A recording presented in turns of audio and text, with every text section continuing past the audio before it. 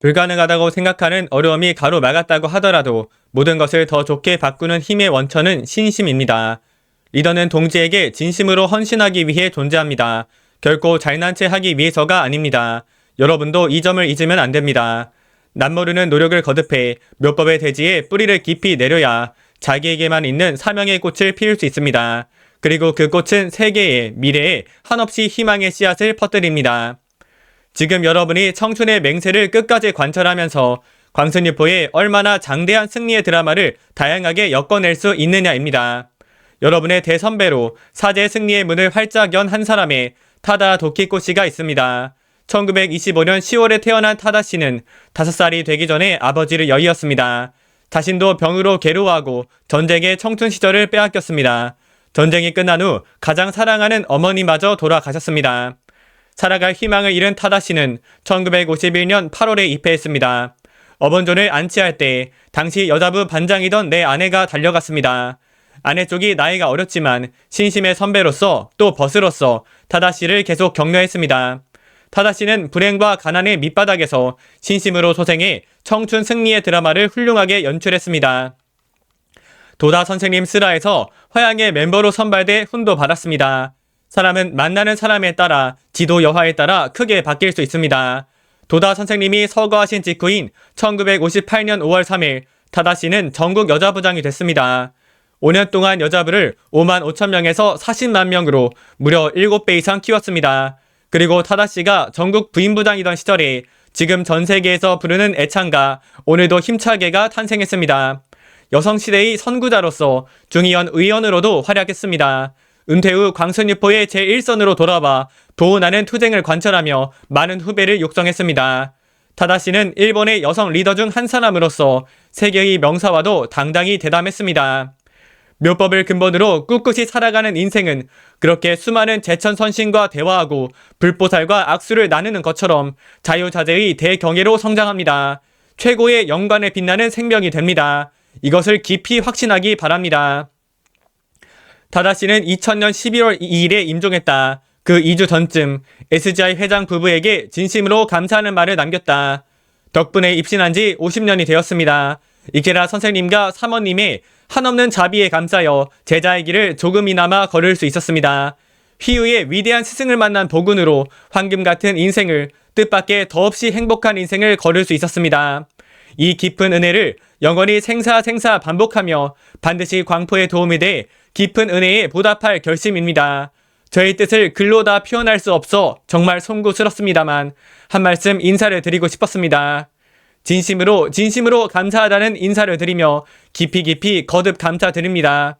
이케라 선생님과 사모님께서 더욱더 건강하시고 장수하시기를 진심으로 기원드리며 또 장가교의 영원한 발전을 강성하게 기원드립니다. 자, 어서 전지입니다. 강적을 굴복시켜야 비로소 역사임을 안다.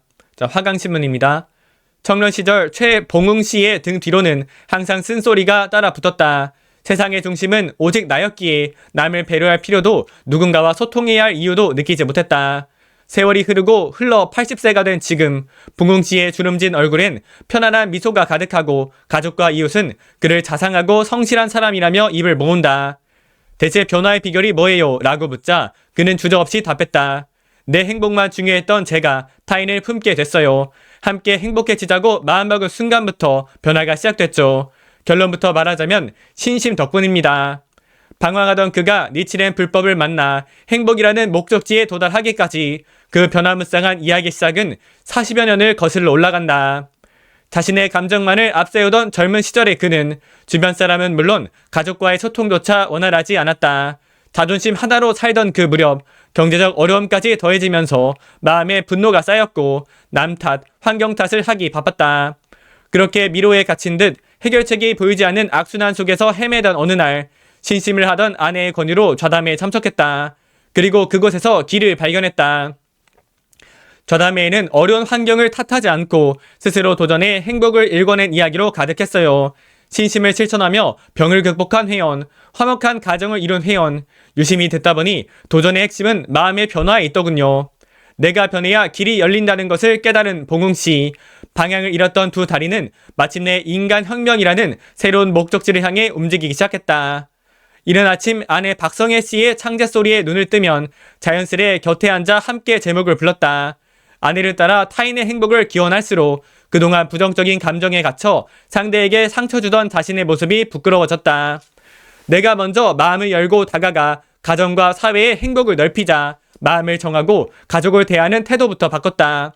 내가 잘못했어. 정말 미안하다. 회한이 서린 깊은 사과를 시작으로 아내를 존중하는 남편, 자녀의 이야기에 귀 기울이는 아버지가 되고자 애썼다. 그의 노력 덕분에 차갑고 적막했던 집안은 가족의 따뜻한 웃음소리로 채워졌다. 가정에서의 변화를 체험한 그는 이타행의 발걸음을 이웃에게 옮기기 시작했다. 한 사람 한 사람을 만나 고민을 들을수록 연이다는 모두와 행복해지고 싶다는 소망이 커졌다. 이를 위해 그는 가장 든든한 신심의 동반자인 아내와 함께했다. 그렇게 손을 맞잡은 두 사람은 그야말로 완벽한 콤비가 됐다. 1시간이 넘는 먼 거리를 걸어서 오가기 일쑤였지만 한 사람을 향한 걸음만큼은 결코 멈추지 않았다. 그렇게 한 가족, 두 가족, 세 가족, 부부의 끈질긴 노력에 이웃들이 신심을 실천하며 행복을 열기 시작했고 이러한 도전은 좌담의 승리와 청년 육성으로 이어졌다. 그러자 직장에서 모범 근로자로 표창을 받으며 사회에서 인정받는 가운데 점차 경제적 어려움을 극복했고 그의 변화에 자녀들도 신심으로 행복을 열며 일가활하게 가정을 꾸렸다. 남을 위해 불을 밝히면 내 앞이 밝아지는 것과 같다라는 성운대로 이타에게 보폭을 넓힐수록 그의 인생은 희망과 행복의 빛으로 물들었다. 진정한 삶의 가치는 소중한 사람들과 함께 나누는 행복에 있다는 것을 불법 철학을 통해 깨닫게 된 것이다. 행복을 만끽하던 즈음 예기치 못한 어려움이 찾아왔다. 급성 폐렴입니다. 병명을 전해 듣고 처음엔 대수롭지 않게 여겼지만 2달도 채 지나지 않아 병이 재발했고 심정지까지 와 의사의 심폐소생술로 가까스로 살아났다. 생사를 오가며 위태로운 하루하루를 견디던 그때 스승의 지침은 삶의 용기이자 신심의 마디가 됐다. 묘법은 영원한 희망이다. 무슨 일이 있어도 희망을 잃지 않은 사람이야말로 행복한 사람이다. 생사의 고비를 넘긴 봉웅 씨는 지지 않겠다는 각오로 확신의 기원을 거듭했다.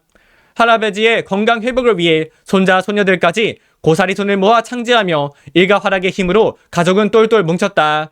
의지를 불태우며 치료를 받아 건강을 회복한 그는 덕분에 강인한 마음과 삶에 대한 소중함을 얻을 수 있었다. 이렇게 어려움을 이겨낸 자신의 도전기를 더 많은 이에게 전하며 광선유포의 삶을 살겠다고 다짐한 봉웅씨.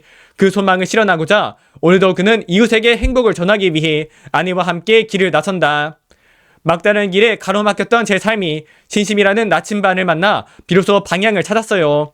걷다 보면 굽이는 길도 또 가파른 길도 마주하겠죠. 올바른 신심의 길을 함께 걷기에 두려움은 없습니다. 목적지는 행복한 인생임이 분명할 테니까요. 타인을 위한 진심이 넘쳐 흐르는 한 그의 걸음은 계속될 것이다. 진정한 목적지, 소중한 사람과 함께 행복을 꽃피우는 황금빛 인생을 향해.